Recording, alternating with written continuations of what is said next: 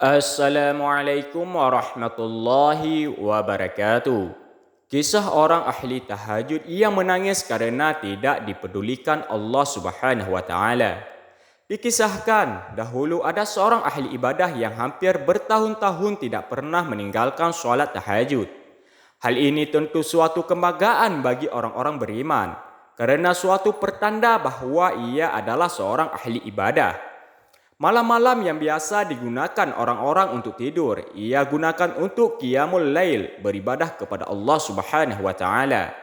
Namun sayangnya, ia malah tidak termasuk golongan para pecinta Allah Subhanahu wa taala. Berikut kisah selengkapnya. Dikisahkan dalam kitab Mukasyafatul Qulub karya Imam Ghazali bahwa dahulu hiduplah seorang ahli ibadah yang bernama Abu bin Hashim. Hampir sepanjang tahun ia tak pernah meninggalkan sholat tahajud di waktu malam. Pada suatu malam, Abu bin Hashim hendak berwuduk untuk menjalankan sholat tahajud. Tetapi saat berwuduk, Abu bin Hashim terkaget karena mendapati adanya sosok makhluk yang berada di bibir sumur miliknya. Abu bin Hashim lantas bertanya, "Hai hamba Allah, kau itu siapa?" Sosok makhluk misterius itu lantas menjawab, "Diriku adalah malaikat yang diutus oleh Allah Subhanahu wa taala." Mendapati jawaban itu, tentulah membuat Abu bin Hashim terkaget. Namun ia juga merasa bangga sekali karena dirinya didatangi seorang tamu yang mulia, yaitu malaikat. Abu bin Hashim lantas bertanya tentang maksud kedatangan sang malaikat. "Apa yang tengah kau lakukan di sini?" Malaikat menjawab, "Diriku diperintahkan untuk mencari hamba pecinta Allah Subhanahu wa taala." Kala itu, Abu bin Hashim melihat malaikat itu membawa buku berukuran tebal. Hal ini tentu mengundang rasa penasaran. Ia lalu bertanya kepada malaikat, "Hai malaikat, itu buku apa yang kau bawa?" Malaikat lantas menjawab, "Ini adalah beberapa kumpulan nama-nama para hamba pecinta Allah Subhanahu wa taala." Mendapati jawaban itu, hati Abu Hashim berharap namanya ada di dalam buku itu. Kemudian Abu bin Hashim bertanya lagi, "Hai malaikat, apakah nama diriku tercatat di situ?" Seperti yang diketahui, Abu bin Hashim adalah seorang ahli ibadah.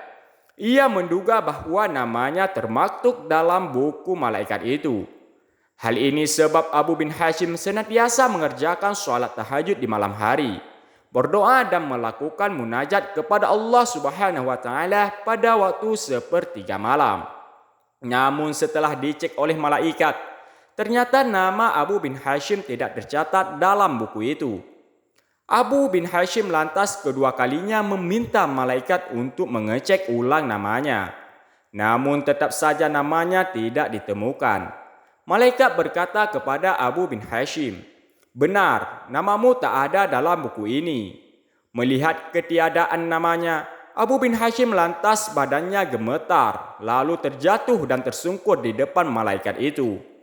Abu bin Hashim lantas menangis seraya berkata, "Duh, betapa ruginya aku yang senantiasa berdiri tegak pada setiap malam dalam tahajud dan bermunajat. Namun namaku tak termasuk di dalam golongan hamba-hamba pecinta Allah Subhanahu wa taala."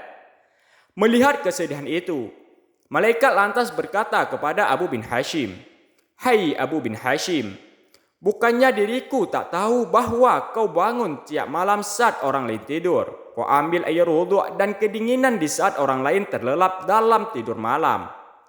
Akan tetapi tangan diriku dilarang oleh Allah Subhanahu wa taala untuk menulis namamu." Mendengar perkataan malaikat itu, Abu bin Hashim lantas bertanya, "Apa sebenarnya yang menjadi sebabnya?" Malaikat lantas menjawab, "Kau memang bermunajat kepada Allah Subhanahu wa taala, tetapi dirimu memamerkan hal itu dengan bangga kemana-mana dan hanya asyik beribadah, hanya memikirkan diri sendiri. Itu di kanan kirimu terdapat orang yang tengah tepar sakit dan kelaparan. Kau tak menjenguk dan tak memberi mereka makanan. Nah, bagaimana bisa kau menjadi seorang hamba pecinta Allah Subhanahu wa taala dan dicintai olehnya?" Sedangkan kau sendiri saja tak pernah mencintai para hamba ciptaan Allah Subhanahu wa taala. Setelah mendengar penjelasan malaikat itu, sontak Abu bin Hashim bagai tersembar petir di waktu siang bolong. Kini dia telah sadar bahwasanya hubungan ibadah manusia tak cuma kepada Allah saja, melainkan juga kepada sesama manusia dan alam.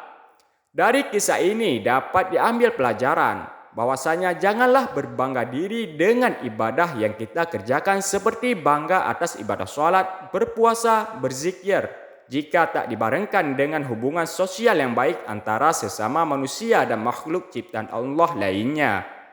Kita sebaiknya senantiasa menjaga hubungan baik dengan Allah, hablum minallah, dan juga menjaga hubungan baik di antara sesama manusia, hablum minan nas. Jangan gunakan ibadah kita sebagai ajang riya atau pamer belaka supaya mendapat pujian, karena hal itu hanya sia-sia tak mendatangkan pahala. Selain itu, jangan terlalu menyibukkan ibadah sendiri. Sedangkan di sekeliling kita masih ada orang-orang yang tengah kesusahan dan membutuhkan pertolongan. Semoga kisah ini bisa menjadi motivasi dan memperbaiki cara beribadah kita menjadi lebih baik. Amin ya rabbal alamin. Wallahu a'lam bissawab.